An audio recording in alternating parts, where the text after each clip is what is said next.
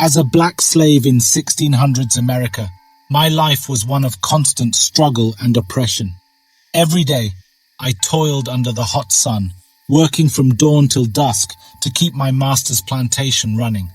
I was beaten and whipped regularly, and my every move was closely monitored by my overseer. But despite the harsh conditions, I had never given up hope. I knew that there was a world beyond the plantation gates, a world where I could be free and live my life on my own terms. And so, I had been secretly planning my escape for months. I had already made a rough map of the surrounding area, marking the safest and most discreet paths to take. I had also been carefully observing the routines of the plantation guards, noting their patterns and weaknesses.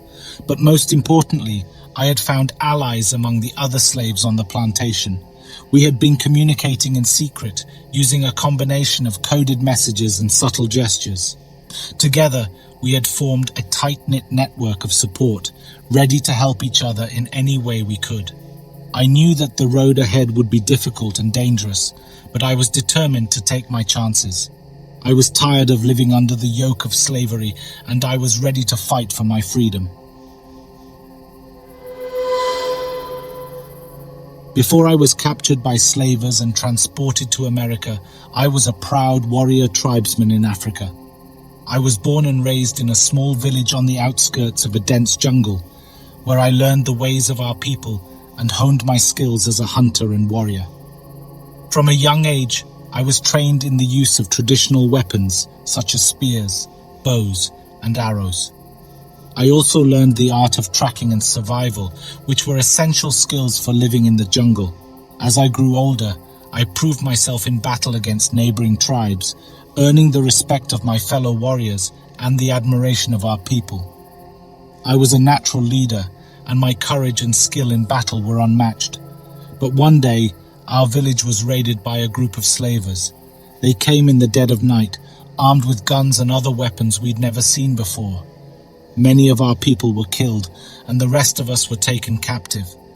From there, I was forced to endure the horrors of the slave trade, packed into cramped ships with hundreds of other men, women, and children. Many of my fellow captives died during the journey, succumbing to disease, starvation, and despair. But I refused to give up. I held on to the memories of my people and my homeland, vowing to one day escape and reclaim my freedom. And now, after years of suffering under the yoke of slavery, that day was finally within reach.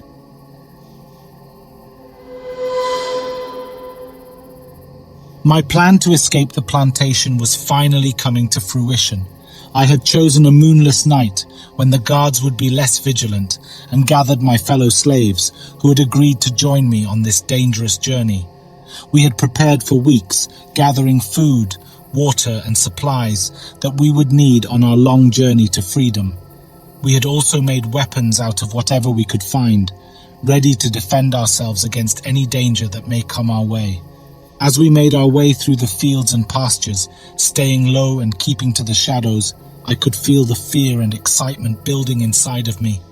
This was our chance to break free from the chains of slavery, to live as free men and women, and to create a new life for ourselves. But as we neared the edge of the plantation, we heard the sound of dogs barking in the distance. The guards had discovered that we were gone, and they were coming after us. We quickened our pace, trying to outrun the dogs and the guards who were hot on our heels. We ran through the woods, over streams, and across fields, never stopping until we were sure that we had put enough distance between us and the plantation. As we rested for a brief moment to catch our breath, I looked around at my fellow escapees. We were a ragtag group of men, women, and children, all from different backgrounds and cultures, united in our desire for freedom. We knew that the road ahead would be long and difficult, but we were ready to face whatever challenges may come our way. With our eyes fixed on the horizon, we took our first steps towards a new life, filled with hope, determination, and the unshakable belief that we could create a better future for ourselves and for generations to come. Our journey towards freedom was not without its challenges, but we pressed on, driven by our desire to escape the horrors of slavery and create a better life for ourselves. We traveled through dense forests, across barren deserts, and over treacherous mountains, always moving towards the promise of freedom. But one day, as we were resting by a river, we heard the sound of hooves in the distance. We knew immediately that we had been discovered and that the slave catchers were coming for us. We tried to run, but we were outnumbered and outmatched. The slave catchers caught up with us quickly, and soon we were surrounded by a group of heavily armed men. They took us captive and marched us back to their camp, where we were stripped of our belongings and locked up in a small dirty cell. We were told that we would be transported back to the plantation, where we would be punished for our attempted escape.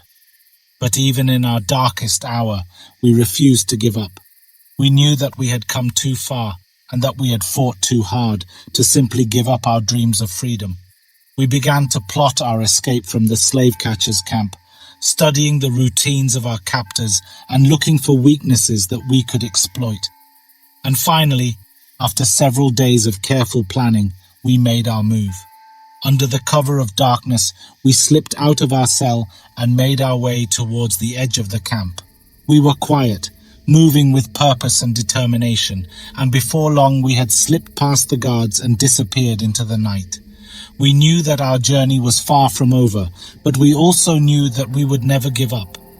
We would continue to fight for our freedom, no matter the cost, until we had finally broken the chains of slavery and created a better life for ourselves and for future generations.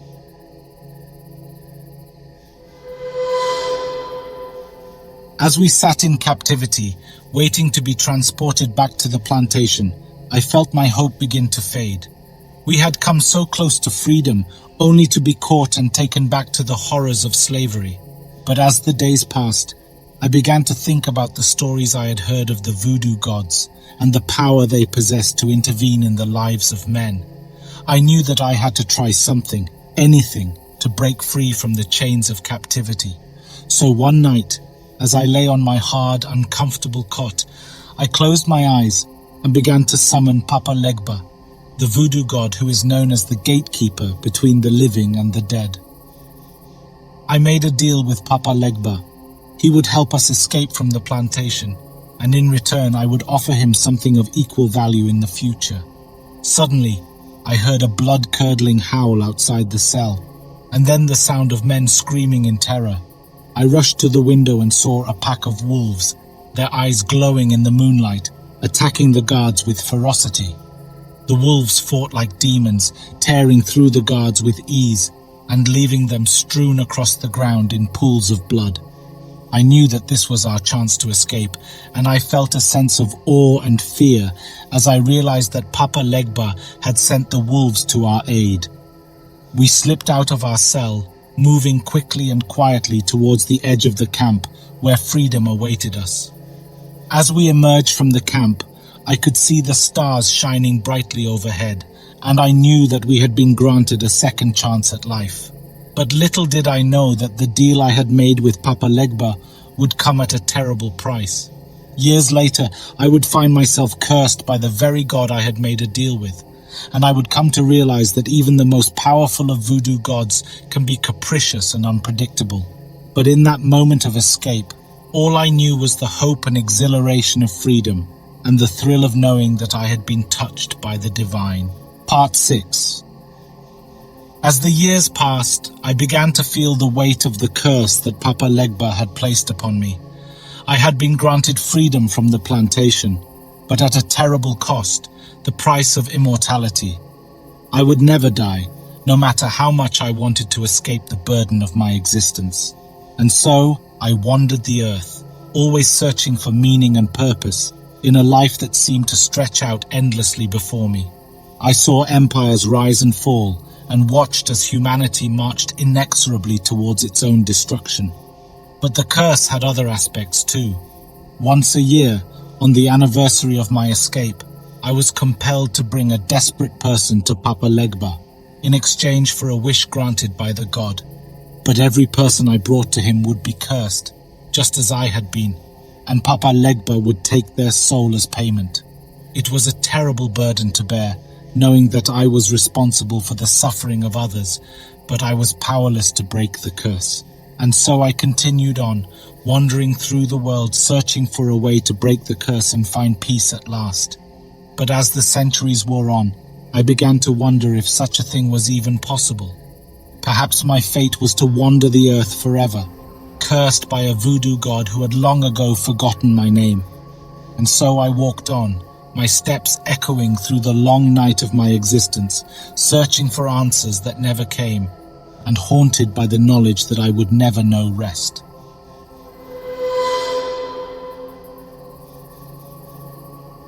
As time passed, I found that it became increasingly difficult to hide my existence from the world. With the invention of cameras and other modern technologies, it was no longer possible to simply blend into the background and avoid attention. And so I began to seek out other means of survival, other ways to stay hidden and protect myself from those who would seek to exploit or destroy me. It was then that I stumbled upon a secret society, one that had shaped the course of world events for centuries. At first, I was wary of their intentions, but as I learned more about them, I began to see the value in their knowledge and power. They were able to provide me with the resources and protection I needed to survive in a world that had become increasingly hostile to my kind. And so I made a deal with them. I would work with them and assist them in their endeavors in exchange for their protection and assistance. Together, we were able to shape the course of history from behind the scenes, manipulating events and exerting our influence over the course of human affairs. It was a dangerous game we played, but it was one that allowed me to survive and even thrive, despite the curse that hung over me like a dark cloud. And as I watched the world change and evolve around me, I began to wonder if perhaps there was a way to use my curse for good, to make a difference in the world and leave a lasting legacy that would be remembered long after I was gone. But that was a dream for another day. For now, I would continue to work in the shadows, manipulating events and shaping the course of human history, a silent and invisible force that would forever remain a mystery to those who would seek to understand it.